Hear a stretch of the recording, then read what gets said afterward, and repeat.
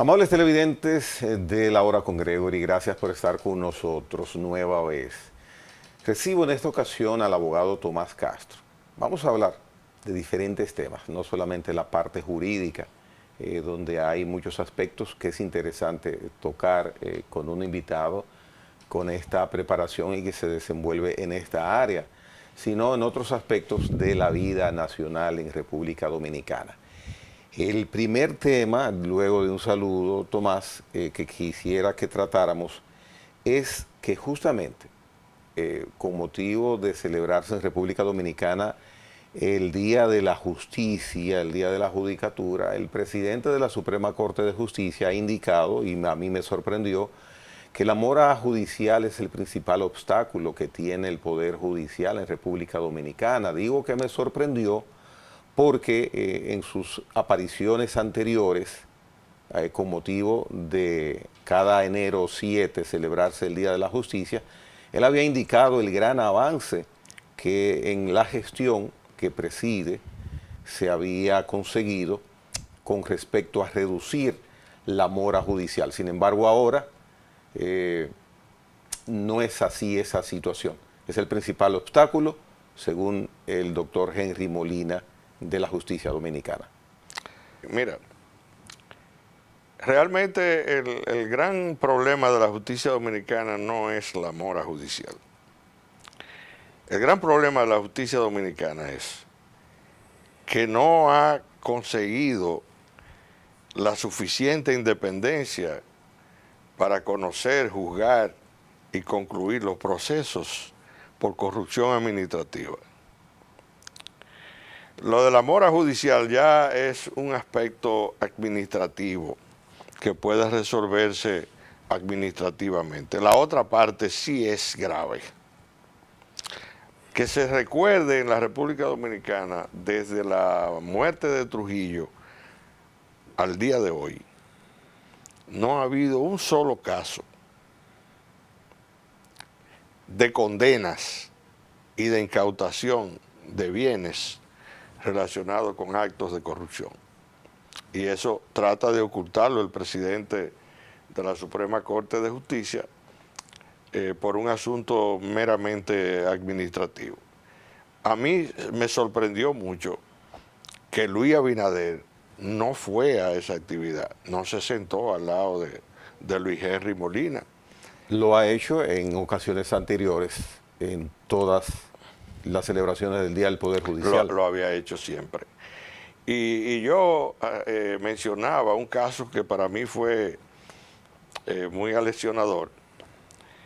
En una ocasión, el doctor Joaquín Balaguer fue a un día 7 de enero, el Día del Poder Judicial, a la Suprema Corte de Justicia, y Contín Aybar, que era el presidente de la Suprema, en su discurso, dijo que los salarios de los jueces eran muy bajos.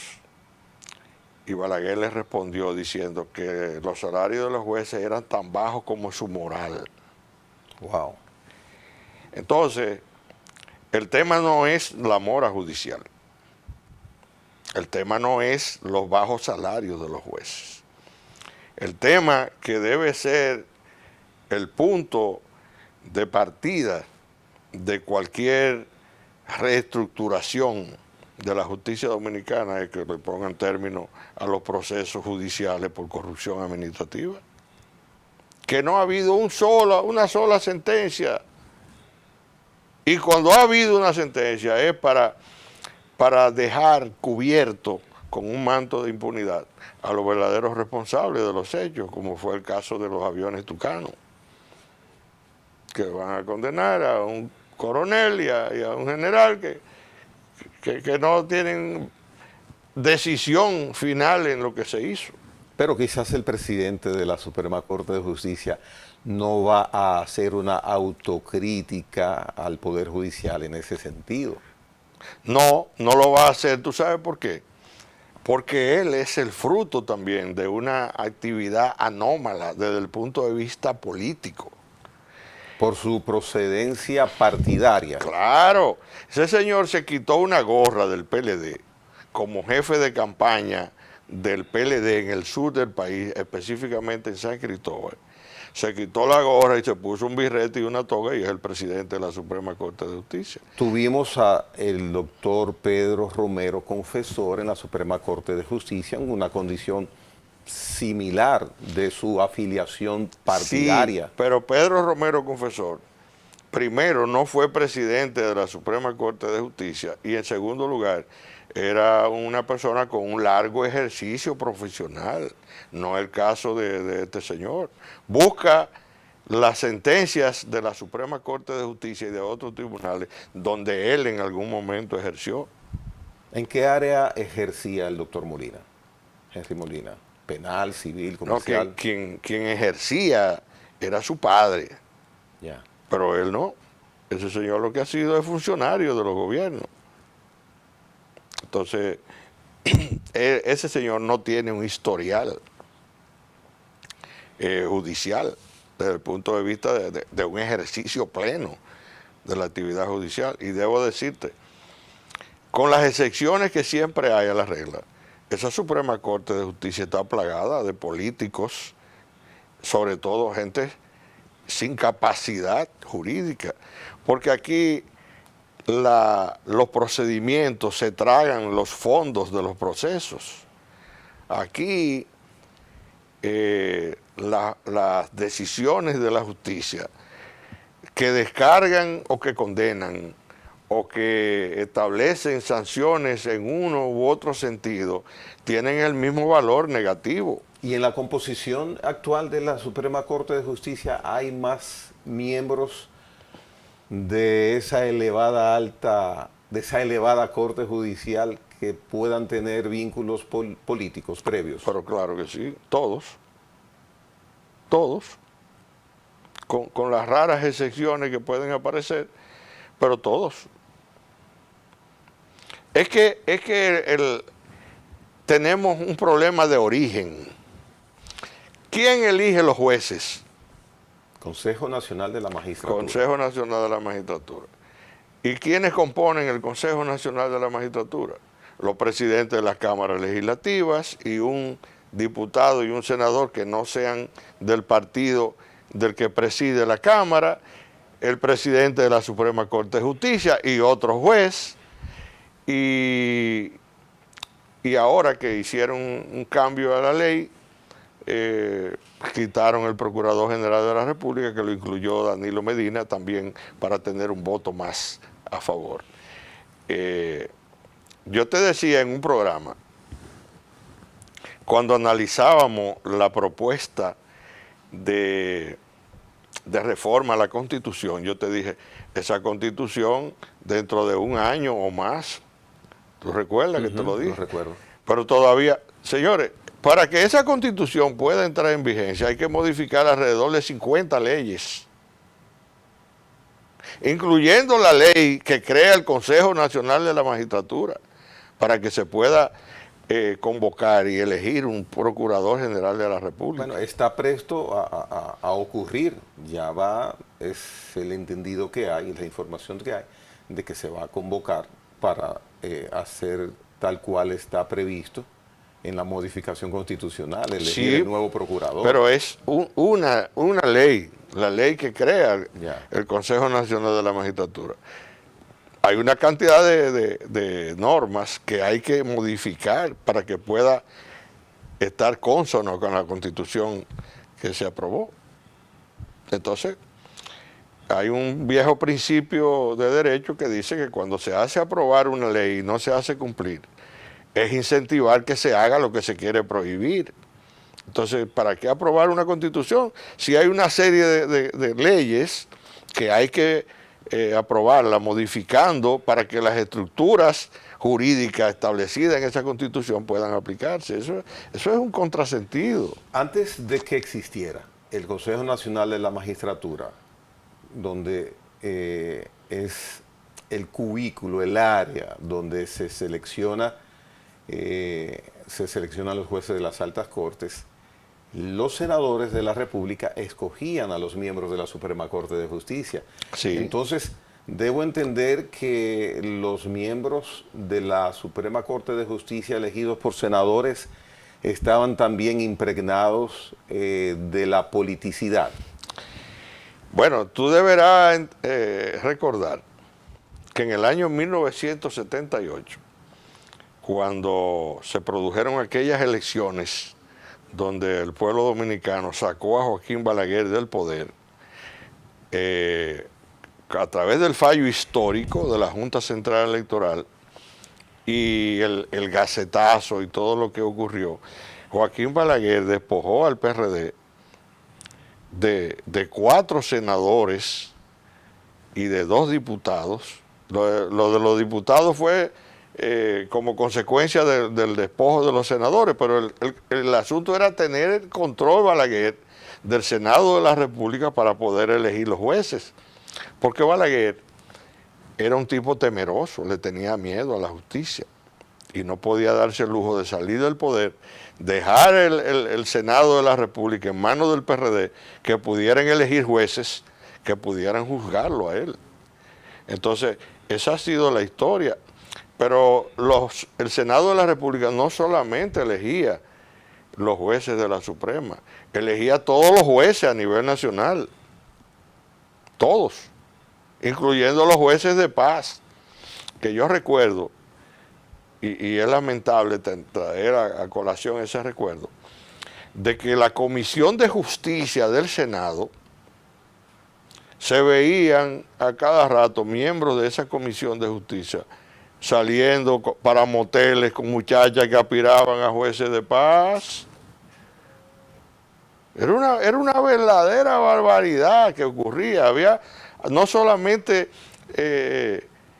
connivencia política, sino también que se usaba con la finalidad de acosar sexualmente a gente que aspiraban a jueces, sobre todo mujeres. Bien, para no dejar finalizar el tema, porque la manifestación que ha hecho el doctor Tomás Castro hace unos minutos, de que la Suprema Corte de Justicia está plagada de políticos, esa Suprema Corte de Justicia, las decisiones se podrían o se han visto afectadas por la composición de esa injerencia política que menciona Tomás Castro en algunas ocasiones, o eso no ha afectado.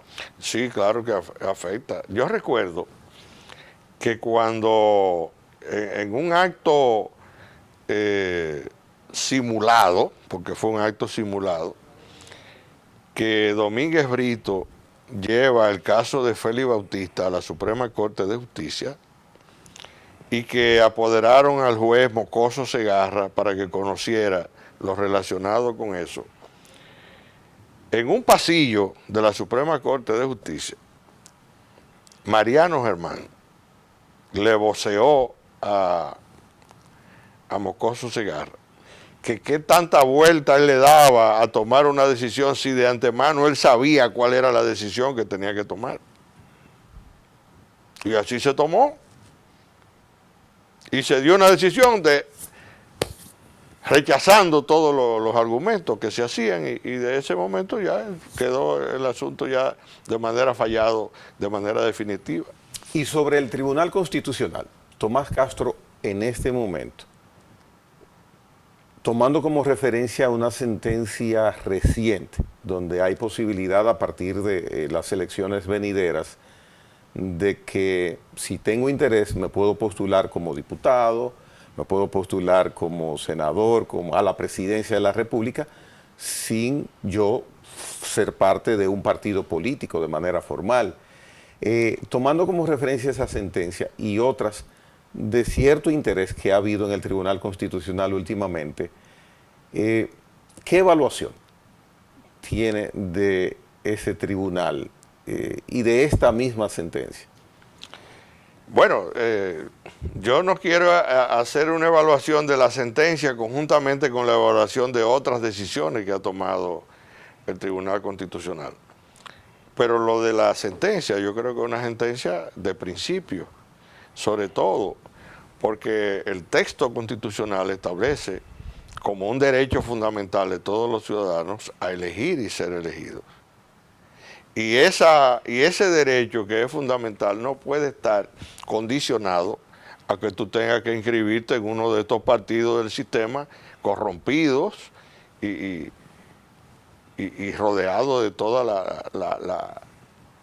la podredumbre. Pero los médicos tienen como requisito, guardando las distancias, y si vale el ejemplo, de que han de estar colegiados en el colegio médico Sí, pero dominicano. ya ese es un asunto.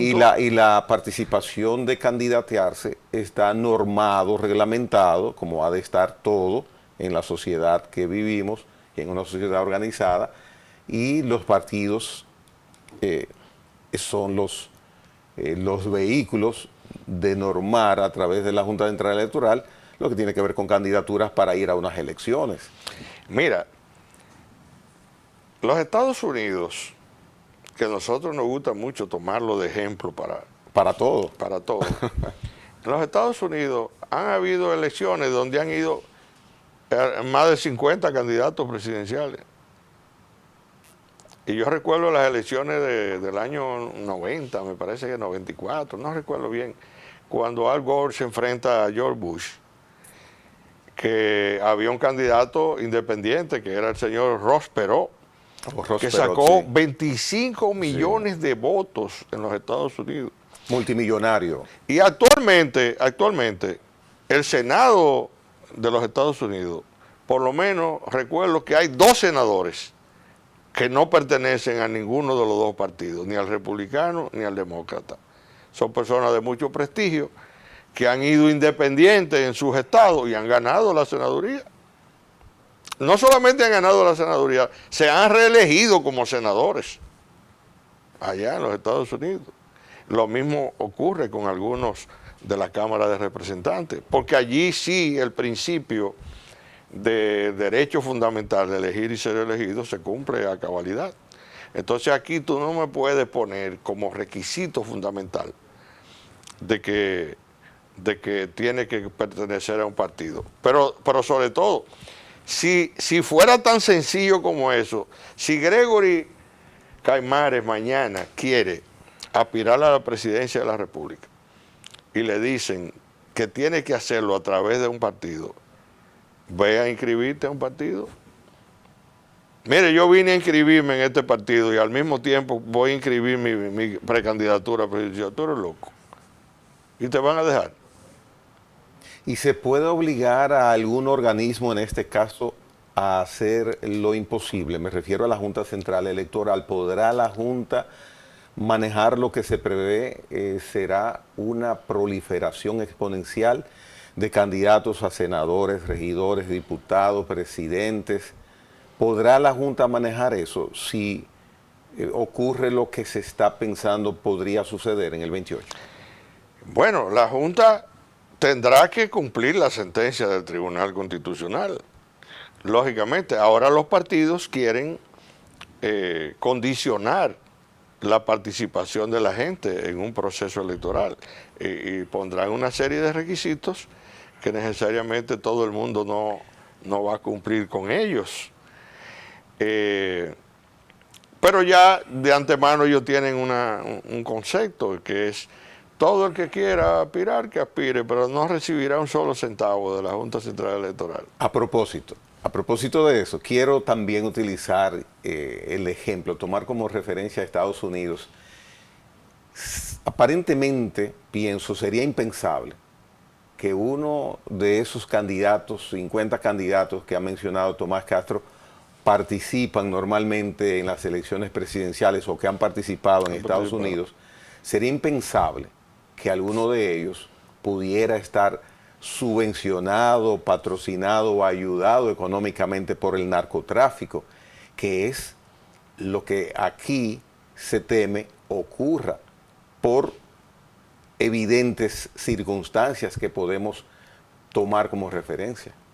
Sí, mira, el sistema norteamericano de las candidaturas tiene normas claras. Por ejemplo, ningún candidato en los Estados Unidos puede recibir una donación de más de $20,000.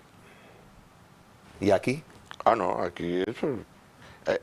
Aquí no solamente que no existe la normativa, sino que tampoco hay forma de tú establecer. Por ejemplo, Los Estados Unidos ocurrió un evento y fue que, no recuerdo si fue Bill Clinton o quién, que hizo una cena en la Casa Blanca para recaudar dinero para su candidatura cuando aspiraba a la reelección. Y un tribunal allá le dijo, usted no puede usar la Casa Blanca para obtener fondos para su reelección. Tiene que devolver el dinero. Tiene que devolver el dinero. Usted no puede usar algo que es de todos los ciudadanos de este país para usted obtener un beneficio particular. Lo mismo pasó, por ejemplo, con un hermano de Hillary Clinton, que es abogado, y antes de Bill Clinton retirarse de la presidencia de la República, solicitó una serie de indultos para clientes de él que estaban presos. Y entonces el presidente dio los indultos y le dijeron al tío, mire, el presidente tenía derecho a dar los indultos y los dio. Ahora usted no podía beneficiarse por su relación familiar con el presidente. Tiene que devolver el dinero que usted le cobró a los clientes para obtener los indultos. Wow. Pero entonces, Tomás, con lo que acabas de mencionar, tenemos y comprobamos que verdaderamente habrá una situación un tanto delicada en cuanto al financiamiento que pueda yo, como candidato independiente, recibir de un amigo que vive fuera, por ejemplo, o de un amigo que tiene aquí negocios muy prósperos. ¿Qué entonces hacer con esa sentencia en este caso? ¿Nos puede perjudicar, Tomás? Mira, más perjudicado que lo que nosotros estamos, no podemos estar. Incluso yo tomaba a las letras y al concepto de lo expresado por Leonel Fernández, que dijo que era un asunto muy peligroso. Yo creo que el peligro es mantener el status quo que se tiene actualmente. Porque Leonel ya es candidato presidencial de su partido, del partido que él compró con dinero. Y en el PLD habrá una convención interna para elegir un candidato, pero Leonel ya es candidato. Entonces, ellos han expuesto de manera pública. Si Luis no va y Danilo no puede, entonces ya Leonel es presidente de la República y no puede ser tan sencillo así, porque ellos no pueden tener el monopolio de los derechos de todos los ciudadanos de este país. Por ejemplo, en el caso particular mío, yo voy a solicitar a la Junta Central Electoral que me reconozcan un movimiento político que yo estoy gestando. Si no me lo reconocen... Que lo reconozcan como partido. Como correcto, partido, como partido. sí, como partido. Ya. Yo voy a optar por el partido. Para ser no parte del status quo vigente de los partidos, sino para ser una opción diferente. Ahora bien, si no logro esa parte, entonces yo optaré por inscribir mi candidatura. Y debo decirte algo. En las elecciones pasadas, todavía llegando cerca de las 12 de la noche, cuando se cumplió el plazo para inscribir candidatura, a mí me ofrecieron inscribir mi candidatura por uno de los partidos que tienen personería jurídica y yo lo rechacé. Porque yo no quiero participar por participar, ni quiero hacer el ridículo. Ese no es mi tema. Yo hago un planteamiento claro y preciso en este país de alguien que pretende que este país se transforme, y la forma de transformarlo tiene que ser desde el poder. No se puede transformar un país desde la oposición. Esa es la verdad. Bien, temas también muy interesantes. Quiero que tratemos luego de una breve pausa. Venimos en breve. Tomás Castro, abogado, en La Hora con Gregory en el día de hoy.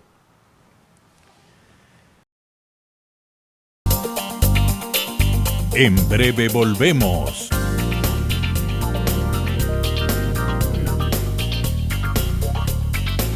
A la Hora con Gregory.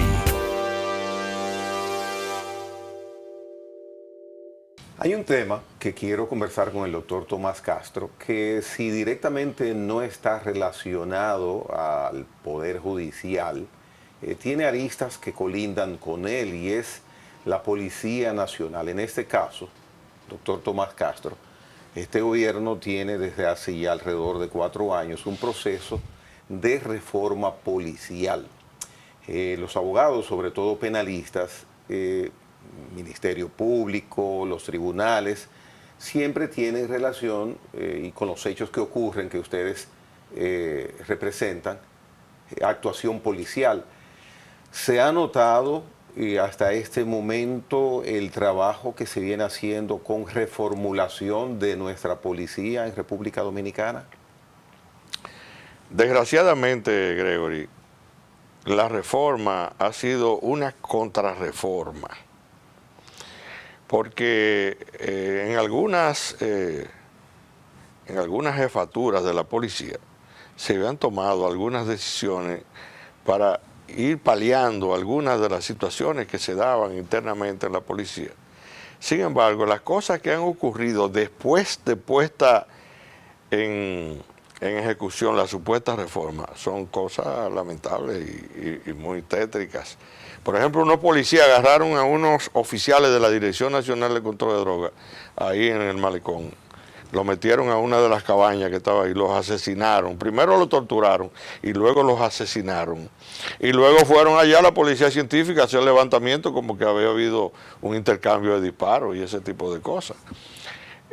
También han ocurrido, por ejemplo, ahora mismo en Guaricano acaba de ocurrir un desastre de unos muchachos que estaban jugando con pistolas de juguete para los Reyes y fueron unos policías, le entran a tiro y hay heridos y muertos y eso. Óyeme, yo no había visto cosa igual. En esos países nórdicos se pasa un año entero y no hay un solo disparo de ningún policía. Es más, hay países donde la policía anda desarmado.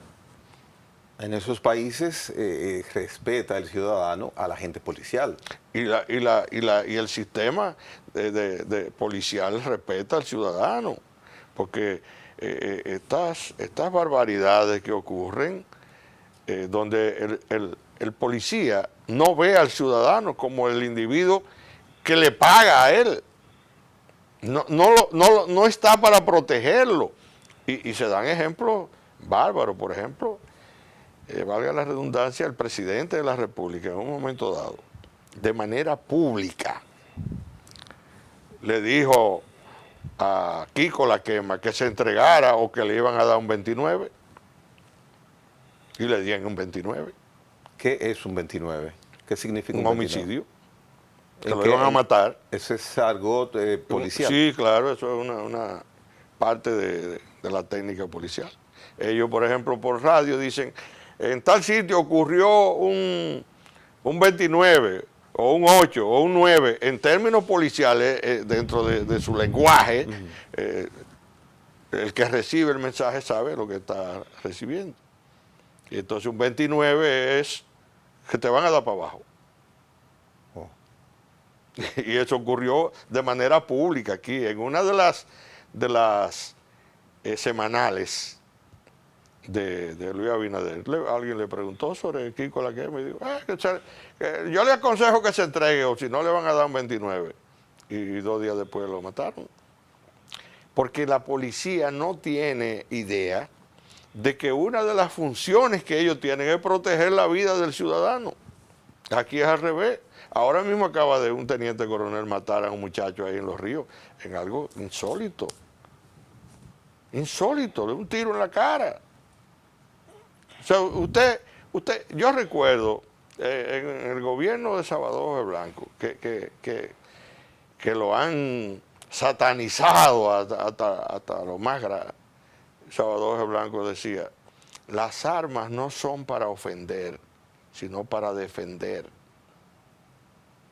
Pues Salvador era un individuo que tenía intelecto como profesional del derecho y no tenía un gran manejo político de situaciones, pero sí tenía manejo en términos ciudadanos. Salvador se paraba en las esquinas, en los semáforos. Salvador se paraba en una esquina a comprar un coco de agua o un frío.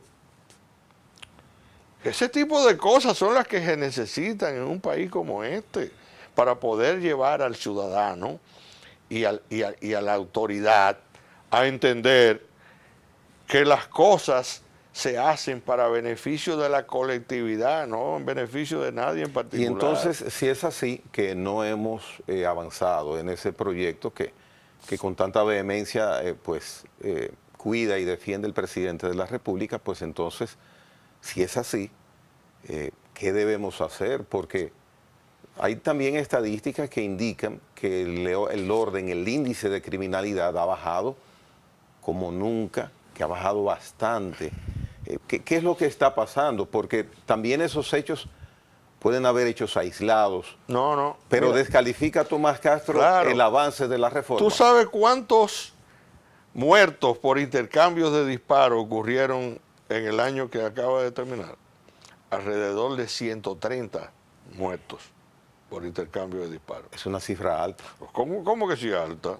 Tú le dices eso a cualquier país europeo, que en República Dominicana la policía ha ultimado a 130 personas en supuestos intercambios de disparos y te van a entender que nosotros somos una selva, como de hecho lo somos, una selva.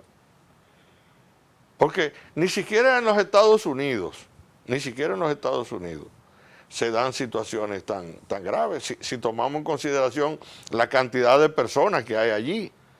Y el policía que persigue el delito, que persigue el crimen, el policía que esté en eso, que sale a patrullar, que tiene 2 años, 3 años patrullando, en el Gran Santo Domingo, por ejemplo, Sí. los Alcarrizos, y lo van moviendo del lugar, y ha agarrado a Juancito el Malpelao 5, 6, 7 veces en acciones de raterismo, vandalismo, dándole tiro a gente.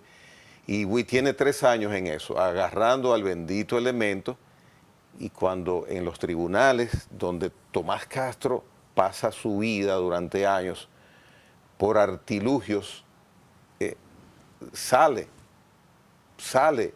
libre. No llega un momento en que ese policía o ese cuerpo policial dice, pero para que la carga venga venga a mí, que vaya a la casa ajena, yo no voy a cargar con más esta responsabilidad, y entonces empiezan a funcionar los 29. La justicia no ayuda a la eficiencia de la policía en algunos casos.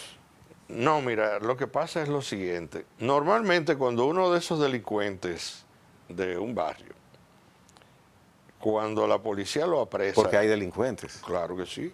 Cuando la policía lo agarra preso y lo somete a la justicia, es porque ha fallado las negociaciones que se hacen comúnmente. Yo te voy a hacer una historia.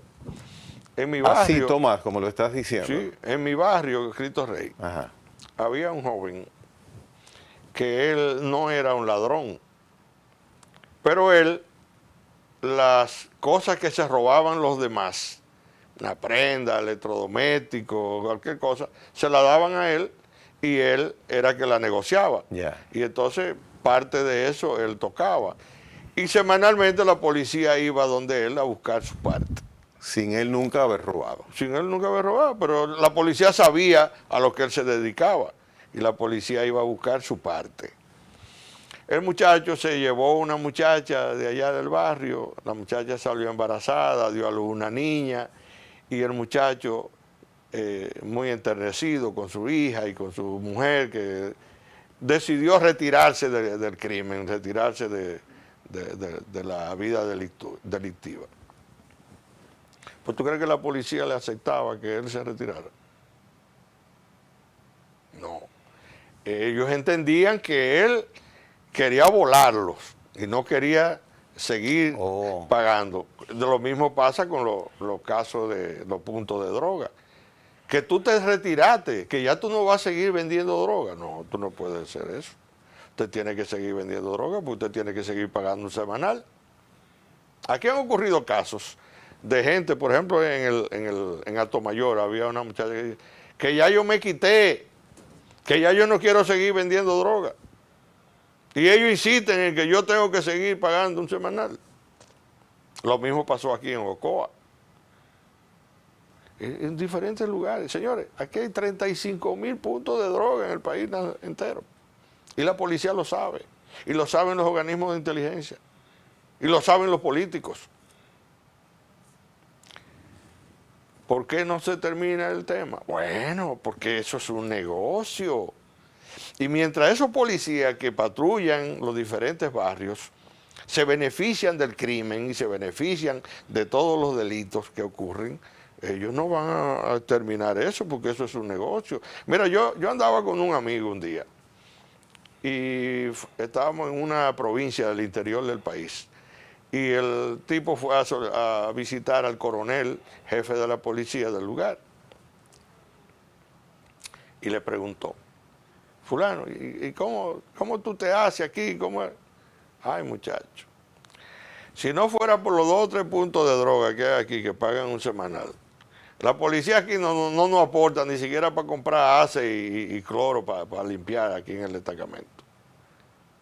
¿Tú sabes cómo que le dicen a los policías que patrullan las calles? En una camioneta o en un motor. Mire, que no hay gasolina, hágala. Haga la gasolina. Hoy día ocurre eso, Tomás. Claro que sí, claro que sí. Aquí no se ha hecho una auditoría en el combustible de la policía.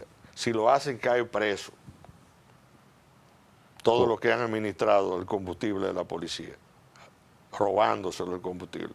Yo te voy a narrar un episodio que me ocurrió a mí. Yo voy a la fiscalía un día a hacer una gestión normal de la que yo siempre hago como abogado. Y un fiscal me dice, Tomás, mira, este muchacho vino aquí a hacer una denuncia y a que lo detengan, pero yo no voy a hacer nada de eso, llévatelo por la oficina. Pero ¿qué es lo que pasa? No, llévatelo, que él te va a decir. Venga, vámonos para la oficina, me llevo un oficial de la policía. Y él va. ¿Qué es lo que pasa? Me dice, mira, yo soy miembro del departamento de pensiones, jubilaciones y también del departamento que pone los especialismos en la policía. Ah, porque es policía el muchacho. Policía, Ya. policía. ¿Y qué pasa? No, que el coronel y el general me dijeron que si una persona da 100,000 pesos, ellos le ponen un especialismo de 30,000 pesos. Y yo me puse a hacer la gestión y conseguí que me dieran entre 100,000 y 100,000 y 100,000 y 100,000, 18 millones de pesos. Para Yo- especialismos. Para dar los especialismos. Yo le entregué el dinero al coronel y al general O sea, estamos hablando de 100 especialismos. de 100 especialismos. Sí.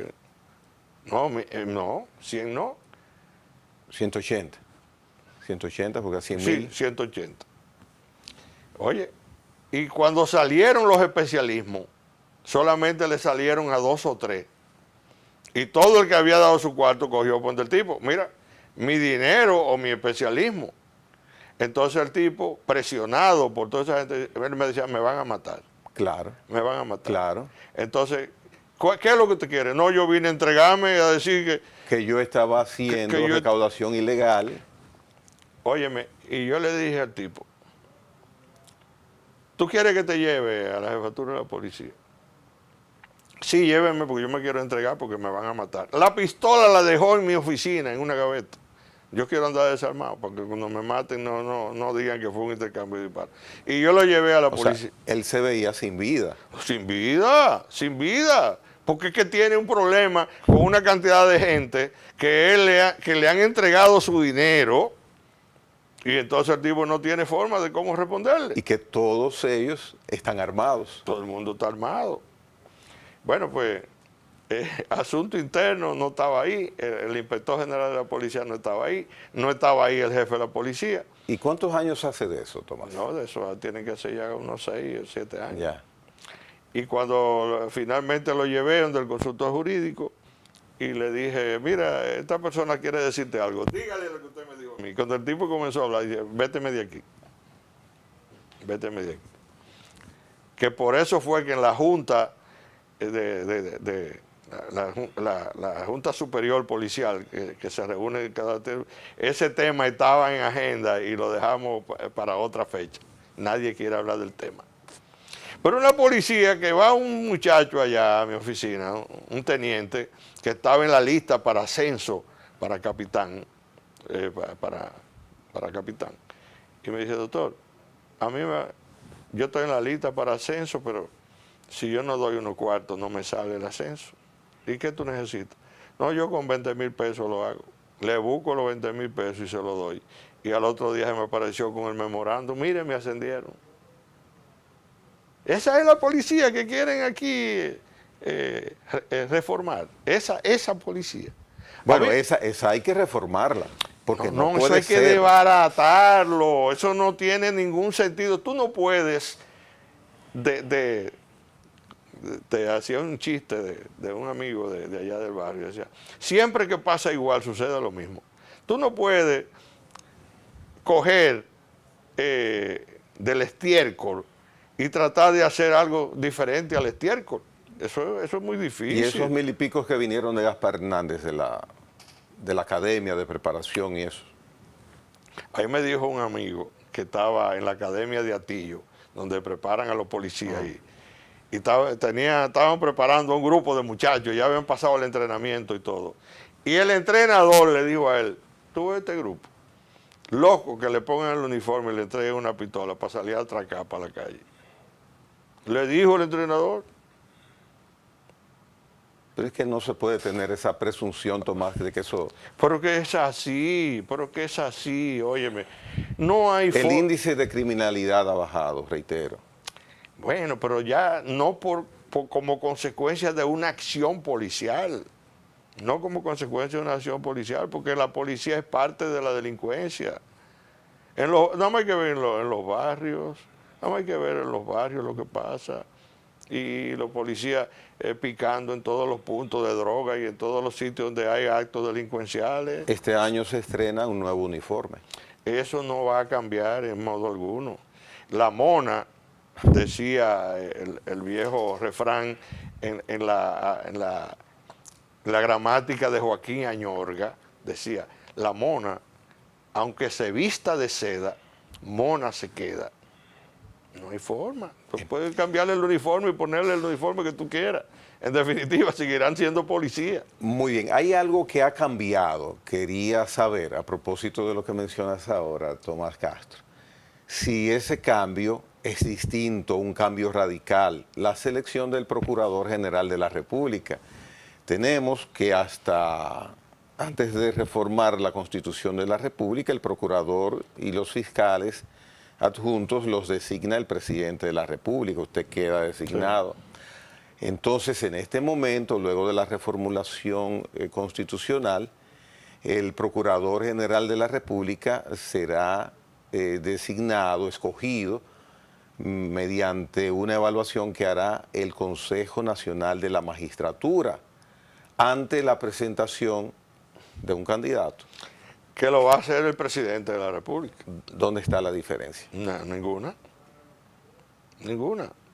Esa es la teoría gatopardiana, la teoría del gato pardo, lamperdusa. Vamos a hacer creer que todo ha cambiado para que todo siga igual. Eso es una forma de manipulación que le hacen a la sociedad dominicana. De manera técnica judicial, ¿puedes explicar cuál es el nuevo mecanismo y qué diferencia, aunque dices que en la práctica no hay ninguna, se produce ahora con la designación del procurador por parte del Consejo de la Magistratura? Sí, me gustaría más que se quede en manos del Ejecutivo, que sea el Ejecutivo que nombre el procurador. En definitiva, es una responsabilidad que tiene el presidente de la República con el nombramiento del procurador. En los Estados Unidos, el presidente de los Estados Unidos que nombra al procurador. Y no, ¿cuáles son las fallas que pueda tener allá? No, ninguna. ¿Lograremos independencia entonces del Ministerio Público, lo que el presidente siempre ha abogado? No, hombre, no. El Ministerio Público es parte de un sistema corrompido totalmente. ¿Cuáles son las diferencias que hay actualmente? Bueno, que nos pusieron a Miriam Germán tratando de que con su prestigio hacer creer que todo ha cambiado. En definitiva, todos los demás son de la misma camada que vienen de los 20 años PLDistas, donde pasó de todo en este país. De todo pasó en este país. Señores, pero aquí hay procesos como el de Antonio Carbone, condenado a 20 años y 9 años preso sin haber cometido ningún hecho, solo para robarle. Pero es una figura, la que acabas de mencionar, que se ha estigmatizado como una figura no potable para esta sociedad. Eso es lo que uno mucho escucha. ¿Por qué? ¿O es un empresario normal? Es un empresario que vino aquí a invertir en una sociedad donde ese tipo de inversión cabe y es Pero hay válida. autoridades que lo han descartado como figura propicia para nosotros. Sí, pero debieron decírselo cuando llegó con su dinero. Mire, señora, usted no puede hacer inversión aquí. Bien. Pero su dinero llegó por las torrentes bancarias. Cambio de tema. Tenemos 5 minutos. Ojalá que puedas tratar este tema. El abogado José Ricardo Taveras, en una conversación en otro programa que participa, dijo una frase en sentido metafórico con respecto al tema de las deportaciones de haitianos, que eso es no más que una puerta giratoria, que salen y al mismo tiempo entran, y acusa directamente de esa responsabilidad del retorno al área militar que está en la frontera. Me gustaría conocer la opinión. Bueno, realmente se ha denunciado muchas veces y se ha dicho que se le va a poner coto a esa situación. Sin embargo, yo tengo una cuñada que tiene en su casa el servicio doméstico, es una ciudadana haitiana, y ella se fue a Haití a pasar las Navidades y está de regreso aquí, y dijo que le costó 20,000 pesos pasar nuevamente. Y un tío mío... Es una información que acabas de recibir de, de la joven que trabaja en casa de una cuñada de tu mía. cuñada. Y también tengo un tío que es un maestro constructor, estaba haciendo un trabajo en Arroyo Hondo y tenía, dentro de los jóvenes que trabajaban con él ahí, ciudadanos haitianos. Pues llegó un día a migración, apresó a los muchachos, se lo llevó, lo llevaron para la frontera, lo mandaron para allá, para Haití, y él llamó por teléfono diciendo que le mandaran 15,000 pesos. Y al otro día estaba haciendo mezcla ahí en la construcción. Sí, desgraciadamente es así. Hay un negocio con el asunto de la migración. No es la voluntad de quien dirige ese departamento, ni quien dirige los departamentos que se encargan de la frontera. Es una realidad. Es una realidad. Tú me vas a decir a mí que todos los mexicanos que cruzan el río Bravo y que van a trabajar a los Estados Unidos a estudiar, no hay algún tipo de componenda con los oficiales norteamericanos que vigilan la frontera. Eso es algo que uno puede calificarlo como de entendible. No vamos a decir que normal, pero sí entendible. Irresolvible. Puede resolverse cuando se resuelva un poco la situación social y política que hay en Haití. Porque los haitianos, recuérdate que cuando llegó la pandemia, que se cerraron prácticamente casi todos los centros los haitianos se fueron voluntariamente, cruzaron todito la frontera. Poco podemos hacer en ese sentido. Porque hay una migración que no está controlada, y yo menciono mucho ese término, no controlada. No controlada, una migración no controlada, porque ellos pasan por donde se puede pasar pagando dinero, y los que no tienen dinero para pagar se pasan por cualquier otro lugar, por los montes, por los lugares donde no hay... y hay unos dominicanos que se prestan a eso, motocochita. Yo venía un día de Santiago Rodríguez, y cuando venía en la carretera, antes de llegar a Mao, había un retén militar ahí, y pasó un motorista con 2 haitianos. Y ellos lo dejaron pasar. Y después que pasaron, entonces se montaron 2 guardias en un motor y le cayeron atrás.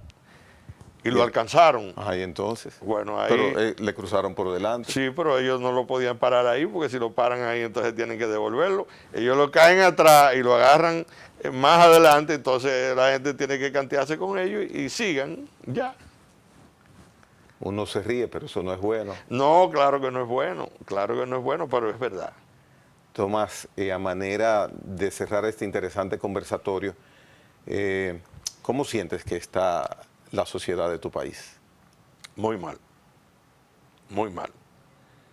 Y yo te dije a ti en una ocasión que Luis Abinader va a terminar muy mal, porque falta autoridad, se ha perdido el principio de autoridad. A Luis Abinader no lo respeta nadie, ni nada, y eso es muy peligroso. Tú estás viendo cuál es la situación que hay en el país, la cantidad de robos, la cantidad de corrupción, y no hay ninguna autoridad que le ponga freno a esa situación. Y eso, toda la suma que tú puedas hacer, eso te da que esto va a terminar muy mal. Bien, gracias por venir a la hora con Gregory una vez más. Tomás Gracias Castro a ti, Gregory. ha estado con nosotros hoy día. Hasta la próxima, amigos televidentes.